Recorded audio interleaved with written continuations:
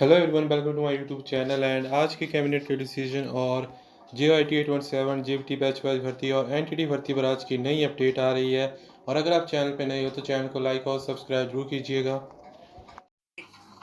अगली बात कर लेते हैं जेबीटी की नियुक्तियों की। जेबीटी की बैच वाइज नियुक्तियां जब जैसे ही एजुकेशन डिपार्टमेंट से जो क्लैरिफिकेशन गई थी उसके बाद कई जिलों ने बड़ी जल्दी कर दी थी, कुछ अभी वेट कर रहे थे, उनमें प्रोसीजर में टाइम भी लग रहा था।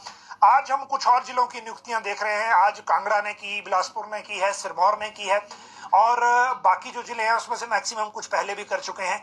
तो अगर अब कोई जिला बच गया होगा तो उसको शायद ये करने के लिए इलेक्शन कमीशन से परमिशन लेनी होगी। और परमिशन का मैकेनिज्म क्या होगा वो भी हम आपको अलग से बताएंगे कि वो परमिशन का मैकेनिज्म अब कोड ऑफ कंडक्ट लगने के बाद आगे क्या रहेगा। किसी भी विभाग में अगर परमिशन के लिए कोई मैटर भेजना है तो वो परमिशन मिलेगी कैसे, इसकी जानकारी अब अलग से हम आपको आज इस बुलेटिन के जरिए भी देंगे। बाकी चीजों पे जाने से पहले एक बात तो बड़ी महत्वपूर्ण ये है कि पहले शुरुआत करते हैं आज की कैबिनेट से, क्योंकि बाकी सारी चीजें फिर उसके बाद हम लेंगे। कैबिनेट में आज कुछ फैसले हुए थे, कुछ रह गए। जो फैसले हुए पहले उनकी बात बता दें। प्री नर्सरी के जो बच्चे हैं उनको भी 50,000 के आसपास बच्चे हैं, ये इनको भी अब स्कूली वर्दी फ्री मिलेगी, गर्मी और सर्दी की अलग अलग। जहां तक बात है जो MBBS के इंटर्न है उनको जो स्टाइपेंड है वो 17,000 से 20,000 कर दिया। ये टांडा मेडिकल कॉलेज जब CM गए थे उन्होंने वहां अनाउंसमेंट की थी।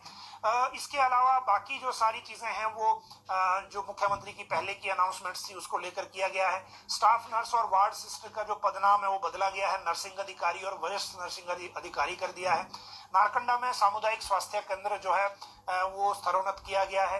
कांगड़ा जिला में 100 बिस्तर क्षमता के नागरिक अस्पताल कांगड़ा को 7 अतिरिक्त पदों का वहां सृजन किया गया है। इसी तरह से बड़े सारे मामले अलग अलग इसमें हैं। और कुछ नई भर्तियां भी ये जो मेडिकल कॉलेज है नाहन वाला और साथ में चंबा वाला, उसके लिए 14 पदों की अलग से की गई है। बल के हटगढ़ में ITI खोलने को और थुनाग के बगस्याड में मृदा परीक्षण प्रयोगशाला और मंडी के बागा चनोगी में ये CM की कंस्टिट्यूएंसी है कॉलेज खोलने का निर्णय कैबिनेट से हुआ। और कैबिनेट खत्म होते ही इसकी नोटिफिकेशन भी हो गई साथ साथ ही एक ही दिन में। तो ये तो थी कैबिनेट की बात। अब इस कैबिनेट में जो चीजें नहीं हो पाई, 4 लेन का 4 गुना मुआवजे का मामला जाना था। कैबिनेट सब कमेटी जो राजस्व मंत्री की अध्यक्षता वाली है वो अपनी सिफारिशें मंत्रिमंडल को सौंप चुकी है। पिछली बार भी इसमें कुछ चर्चा हुई थी लेकिन इस बार ये मैटर टेकअप ही नहीं हो पाया, ना ये कैबिनेट में लगा।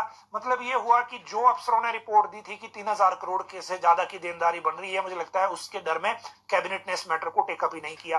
तो दृष्टि पत्र में वादा करने के बावजूद इस मसले को अधूरा छोड़ दिया गया। अब 4 गुना मुआवजे को लेकर इस सरकार में कोई फैसला नहीं हो पाया, ये क्लैरिटी के साथ अब क्लियर है।